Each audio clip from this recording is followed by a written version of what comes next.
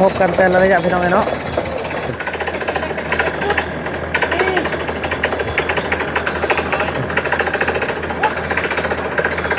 นั่งขอบอ่างเดือดน้อย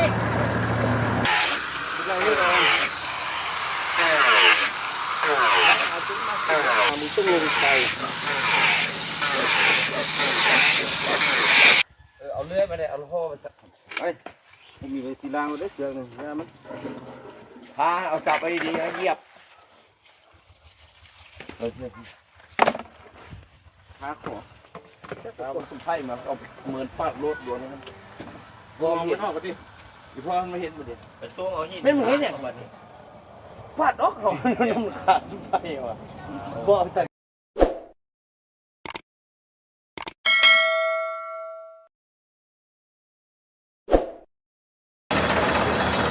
สบายดี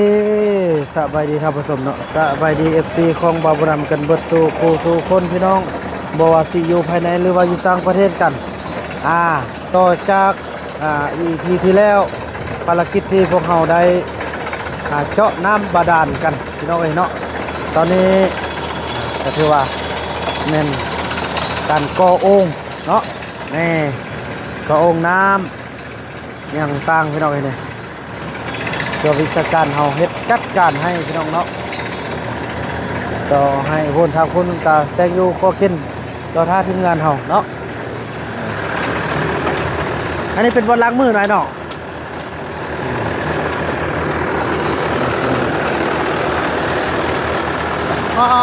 โถโอ้เย็น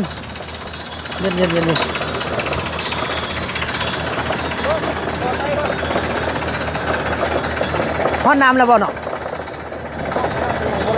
พอบ่ได้ใช่เนาะ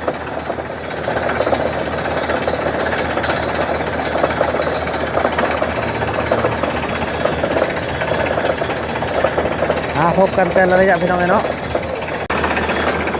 พี่น้องเลยตอนนี้กระถือว่าทึ่งตาน้ำพี่น้องเลยเนาะคุณ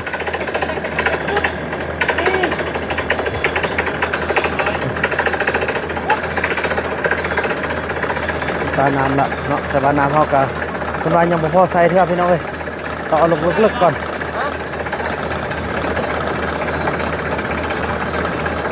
เขาไปยึด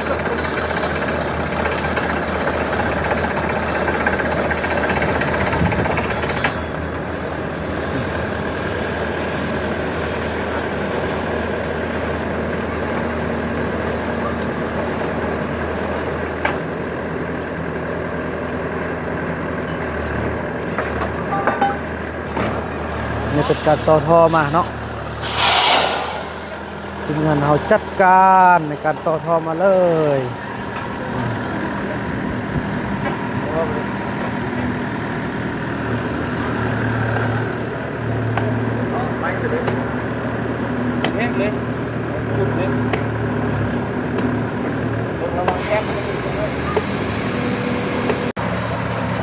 ถือว่าตอนนี้ทีมงานเขาพวกเราก็กำลังจัดการที่ล้างมือพี่น้องเนาะแล้วก็ทางโรงเรียนเพิ่นก็กำลังก่ออยู่ก่อกินให้ทีมงานเขาพวกเฮาพี่น้องไปถูกมาก็เลี้ยวดูวงในเนี่ยนั่งขอบอ่างเดือดน้อย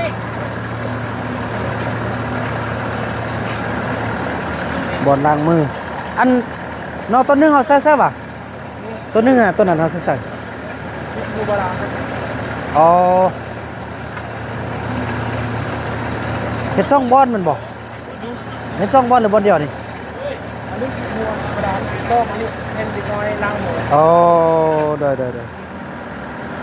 พี่น้องเนาะวันนี้ก็ดำเนินเรื่อยๆ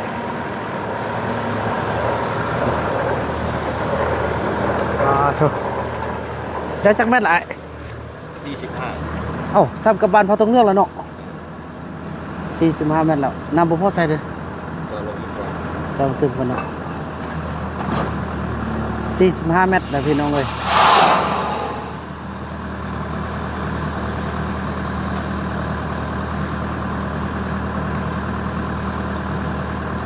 ค่นั้นแต่มีน้ำอยู่หม้อนี่ ร้อยเป็นผู้ชาย นี่เท่าไรก็เจาะจนบันไดเลยหมด ไม่ได้แล้วน้ำแต่ว่ามันขัดใจ สูงสุดนี่อันเฮาเจาะได้สูงสุดเท่าไหร่เนี่ยจักเมตร200 เมตรเป่าพี่น้องคันมีด้านเฮียนสนิทกับพ่อลงได้เนาะกันเสื้ออันดินยุบมันจะบ่ได้เนาะ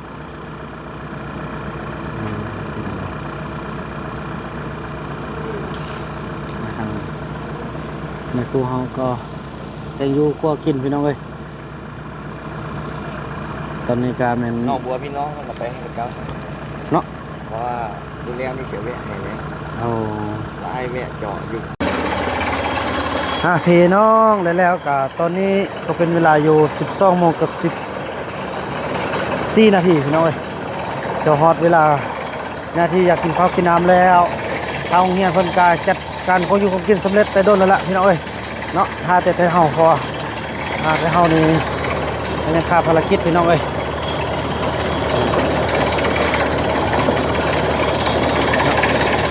อันนี้ก็ถือว่าสำเร็จไปองค์ที่1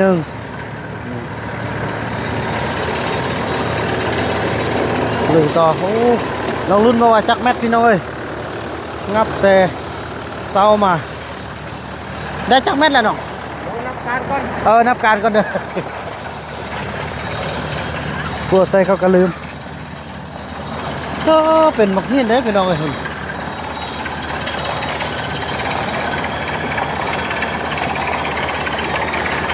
โอ้โหโอ้ยพี่น้องเอ้ยพอดีบ่าวเฟืองโทรมาแค่นี้จะมีบ่าวเฟืองดูแลเวียกถ้าอยู่บ้านอยู่เฮือนพี่น้องเอ้ยงามโอ้ลองเบิ่งว่าจะได้จักแมตกัน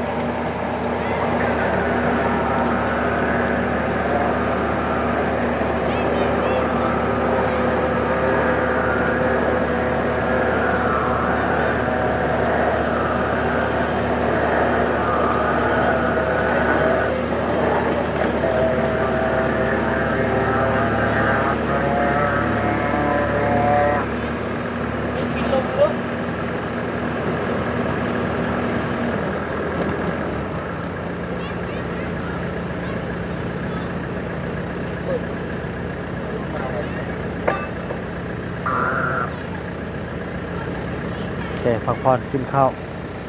ไปแม่มันกินบ่ได้ไปแม่มันกินบ่เข้าบ่ได้ ได้จักการอ่ะ48 เมตรแล้วโอ้48 เมตรแล้วพี่น้องเอ้ยพักผ่อนกินข้าวกินน้ำกันบ้านนี้เถอะโยกไปเนี่ยหัว ป้าหมหินด่านมาเลยเนาะพี่น้องเอ้ยตัวด้านตั้งแต่8 เมตรขึ้นลงไปเห็นบ่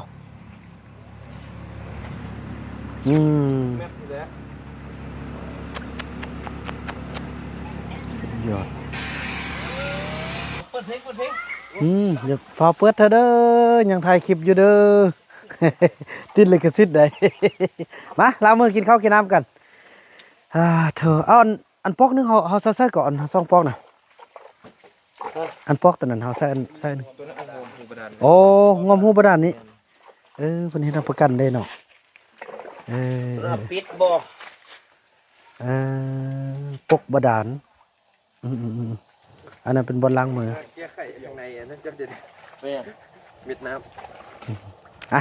พี่น้องเอ้ยจังซั่นละพักผ่อนกินข้าวกินน้ำก่อนค่อยว่ากันตอนต่อไปพี่น้องเอ้ยเนาะพี่น้องเอ้ยแล้วหลังจากกินข้าวกินน้ำแล้วก็มาลุยต่อพากันไล่พิษพี่น้องเอ้ยมาลบกันแล้วทึกอยู่การละ3 เมตรทึกอยู่66 เมตรแล้วพี่น้องเอ้ยทึก66 เมตรกันพี่น้องทีมงานเขาน้ำไม่เต็มหรอก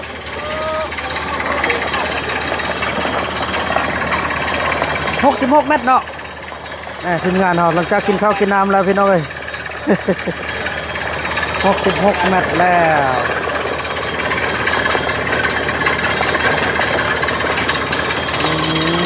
ลุยกับคณะพี่น้องเอ้ย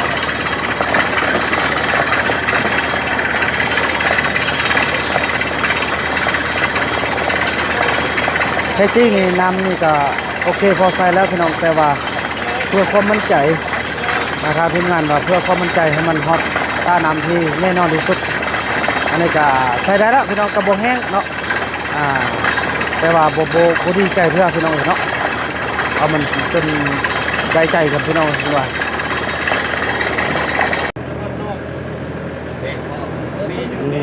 พี่น้องเอ้ย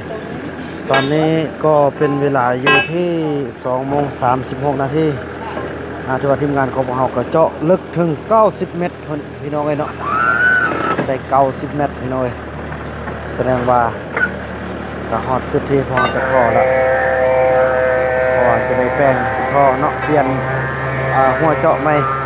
อนามัยท่อแล้วก็เอาบล็อกลงพี่น้องเอ้ย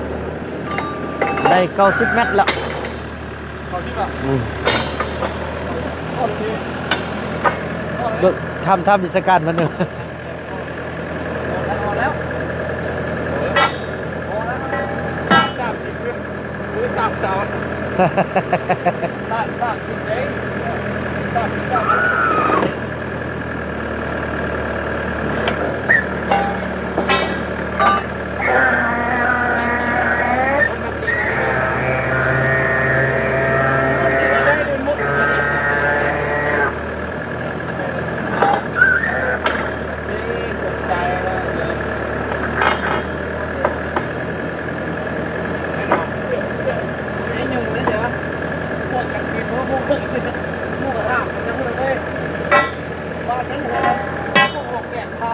สดสะมดเลยพี่น้อง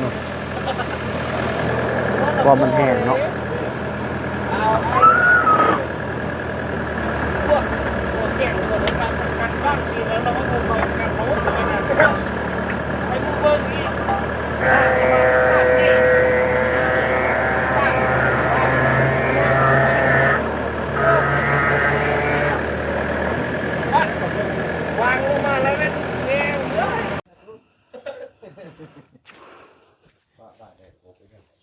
กินข้าวไหลใหญ่ว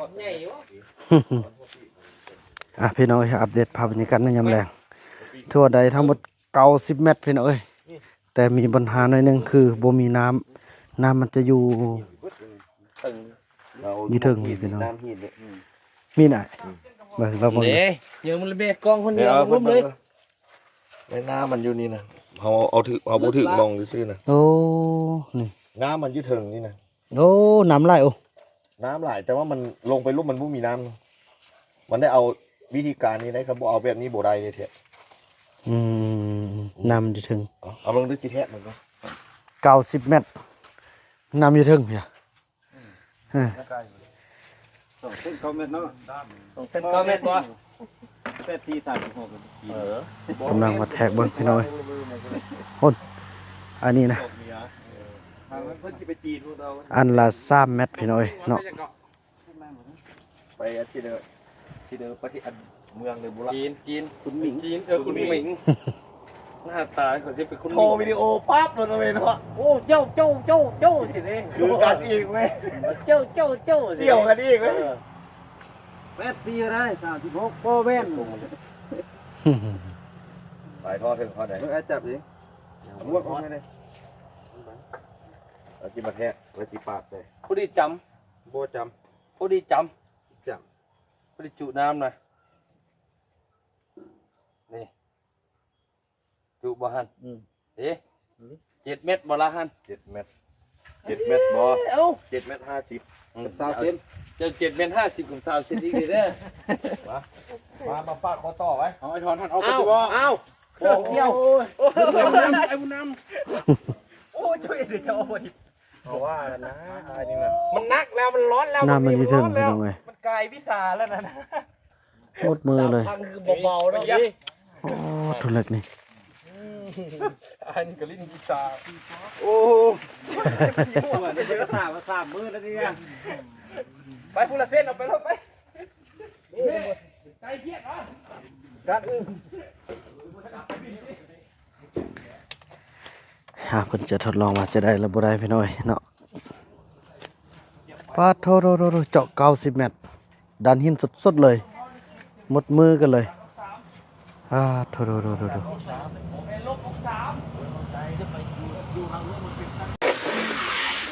ปรับปรุงท่อพี่น้อยเนาะ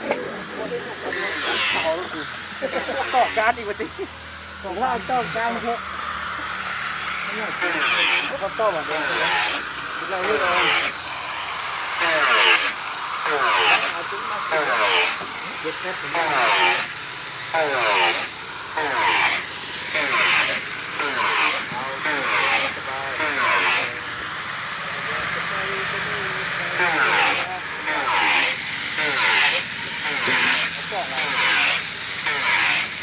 ขึ้นมามึงต้องลงไป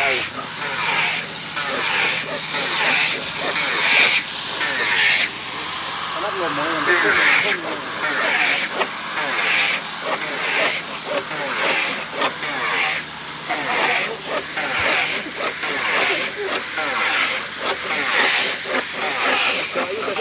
น้ำมันขึ้นบ้าเลยมันสั่นจะเอามือดีกาวไปเลย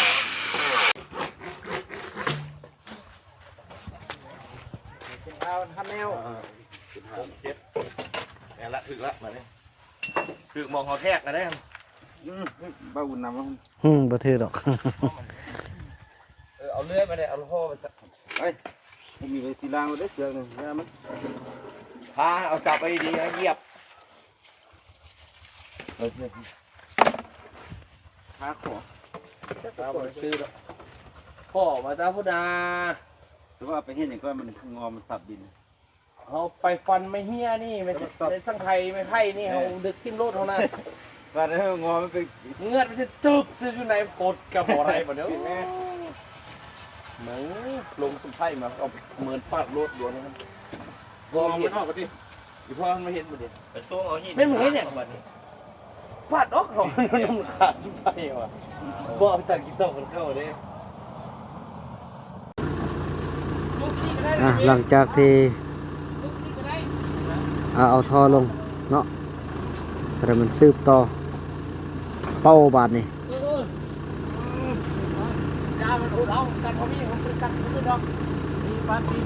เป้าแล้วก็จะเบิ่งว่าน้ำจะพอใส่บ่เนาะ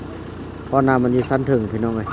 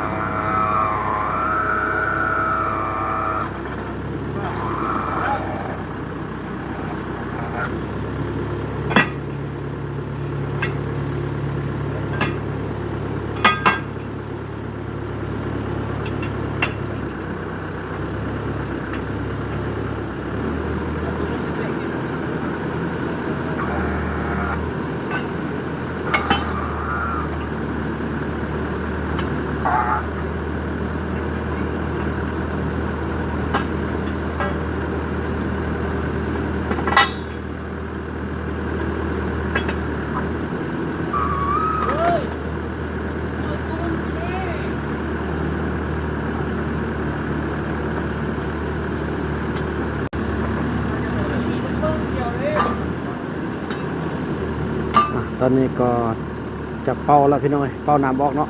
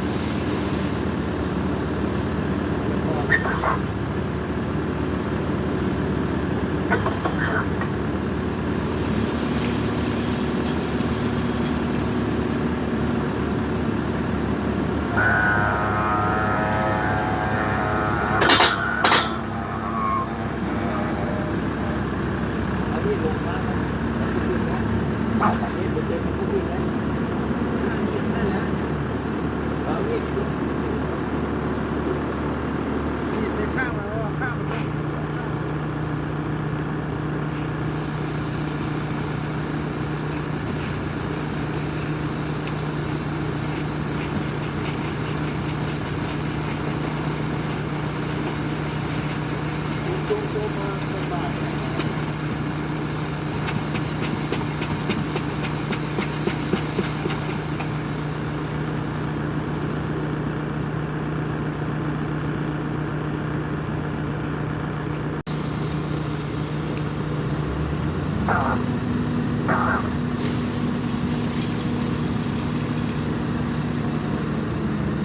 ่งมาแล้วเข้าติดต่อครับ10%มันก็ขึ้นเป็นคาดน้ำลงมันออกคานดิ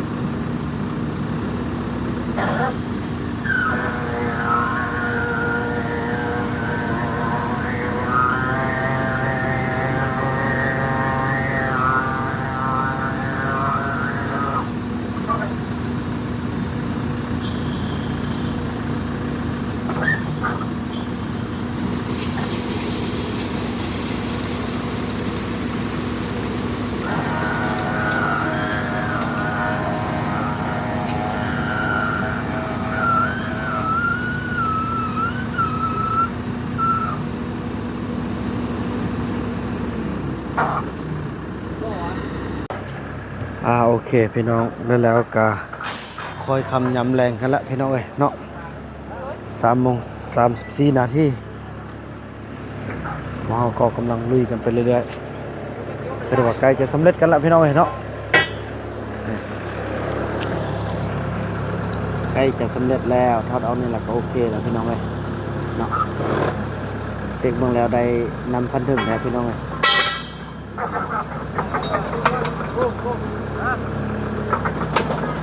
พี่น้องเอ้ยเนาะฉะนั้นแหละพี่น้องเอ้ยพอต่อไปหลังจากแล้วบางทีก็จะได้นอนนี่พี่น้องเราก็จะจึงเนาะคนกำลังก็อยู่ก็กินให้ทางทีมงานของพวกเราแล้วบอมนำเสด็จกลับไปบ้านพอต้องเรื่องพี่น้องพอมีเวียกด่วนเด้เนาะจะมอบให้ทีมงานนี่แหละกับประสานให้ทีมงานตลอดเลยเขานำจะได้มื้อเช้าจะได้ลงไปนครหลวงวิจันทร์เด้มื้อวันจันทร์ได้แล่นขึ้นแขวงเด้พี่น้องเอ้ยเวียกบอมนำหลายพี่น้องเอ้ยเนาะแต่ละบอนแต่ละโรงเรียนนี่เบาบุญนำได้ประสานมาให้หมดละเนาะเขาจะดูแลแทนเบาบุญนำกับช่วงที่เบาบุญนำไปอยู่พี่น้องเอ้ยเนาะจากสั้นเลยพี่น้องคลิปนี้เบาบุญนำขออนุญาตจบคลิปกันเพียงสำนี้กันเด้อเนาะจะสำเร็จไปพี่น้องเอ้ยแล้วก็ว่ากันในคลิปต่อไปคลิปนี้เบาบุญนำขออนุญาตกล่าวคำว่าสบายดี